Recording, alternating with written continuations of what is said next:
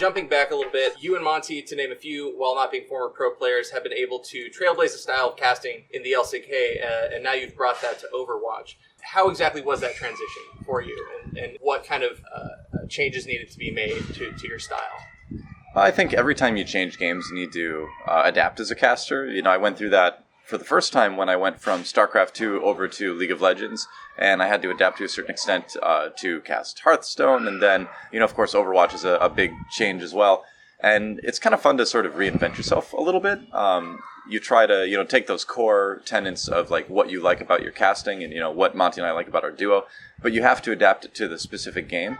So for Overwatch, we generally studied fighting game commentators because we felt that the flow of Overwatch was similar to Smash Brothers or Street Fighter V, if you watch that, where there's constantly action going on. And, like for Smash Brothers, people are constantly getting knocked off the platforms, but then they make it back. So you don't need to get super hyped about every single thing. And for Street Fighter, people are using supers and stuff all the time, and you don't need to yell about every single one. And so in Overwatch, you have people using ultimates, you have people, getting kills and stuff, and you don't need to, address every single one. So it's kind of that style of, like, accepting that action is always going to be happening, and having more of a conversational cast, which we've kind of always liked to do in various games. And then when the big moments happen, then you really, get excited, and that, does two things. The first is it doesn't overwhelm people. You get a lot of some of the newer casters that are just constantly hyped, constantly yelling, and that's very overwhelming. At some point, you either turn down the sound or it becomes sort of this like white noise that you're not really listening to if you just keep hearing screams and hyping and all that.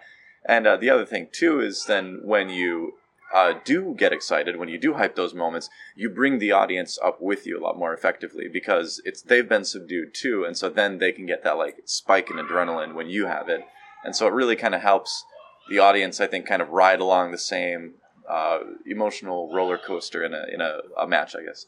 Are there any teams that you become a personal fan of or developed an affinity towards? And within the same answer, are there any rising stars you think we should keep an eye on? In the Korean scene, which is still the one I'm most familiar with, I'm learning about NA now, but I'm so much more familiar with KR.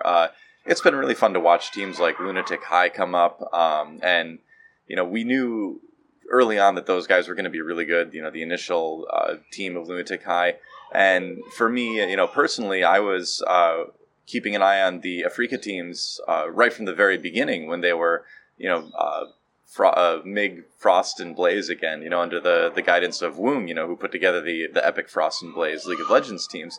So seeing them come up and being successful, and when I say successful, I mean like make it to the finals of Season 1, and they're in the semis now for Season 3 of Africa Blue, so they're a good team. There's a lot of good people on there, but I've always kind of been cheering for them because I've kind of like been there since the very beginning, seeing that org sort of grow.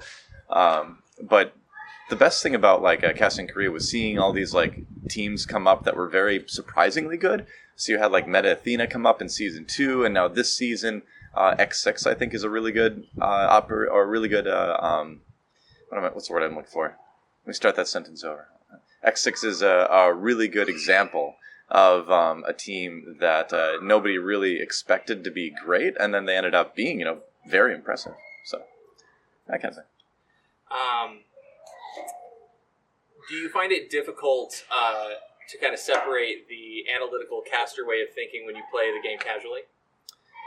Yeah, it sucks. It's not gonna lie. It's when you're playing the game, it can be very frustrating. I've always been a very competitive person, and so there's a lot of factors that go into that. I mean, I'm 34 and I don't feel old, but I do feel not as quick in the games as I used to be, which is hard to admit, but it's true. You just can't hit those like flick headshots the way you used to, and it bothers you. But from the analytical standpoint, when you're not a great player mechanically, like I and most other casters, and yet you spend most of your day watching pros play. So when you go into a game, you know exactly where you should be. You know exactly where your teammates should be. You know what your team needs to do to win the match. But I play in like gold. So my team's not going to be able to execute on that, and a lot of times they're not going to be able to even understand, what I'm saying, and so that does get frustrating. It does get irritating. But I mean, you can't get mad at these guys because they don't spend all their days watching pro players. They don't know all the strategy like you do. So you can't. It's frustrating, but you can't hold it against them. For sure. Yeah. So switching gears a little bit, what are your thoughts on Riot's franchise system and how that will affect the Overwatch League, given the coincidental timing of the two? Coincidental, that's a funny word. I don't know if there's much coincidence about that, but it's good. I mean, the props to Riot. I really hope all of the things they're promising with franchising come to pass, because it does seem like a better way to go right now. It seems like it'll give the organizations more stability. So, props to them for moving forward on some things that they've been a bit resistant on moving forward on in the past. We got some details out of it, not a ton, and time will tell, how much of this will actually come to fruition.